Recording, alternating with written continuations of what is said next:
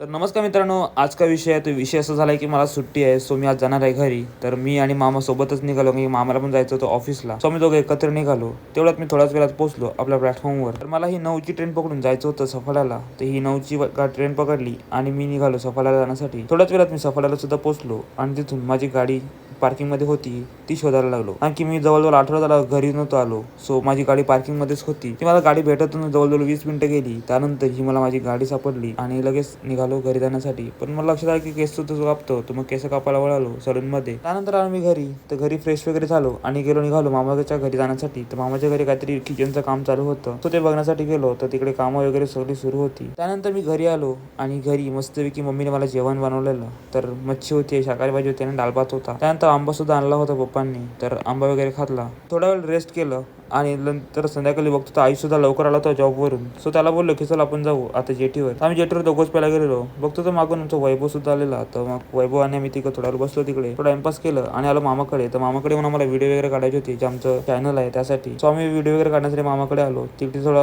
Video वगैरे shoot वगैरे केली आणि संध्याकाळी मी घरी आलो आणि जेवायला. तर मला ऑमलेट बनवलेला आणि शाकाहारी भाजी होती आणि लोणचं होतं. मी जेवलो आणि झोपलो. तर आता पण भेटतो पुढच्या ब्लॉगमध्ये. तोपर्यंत बाय बाय.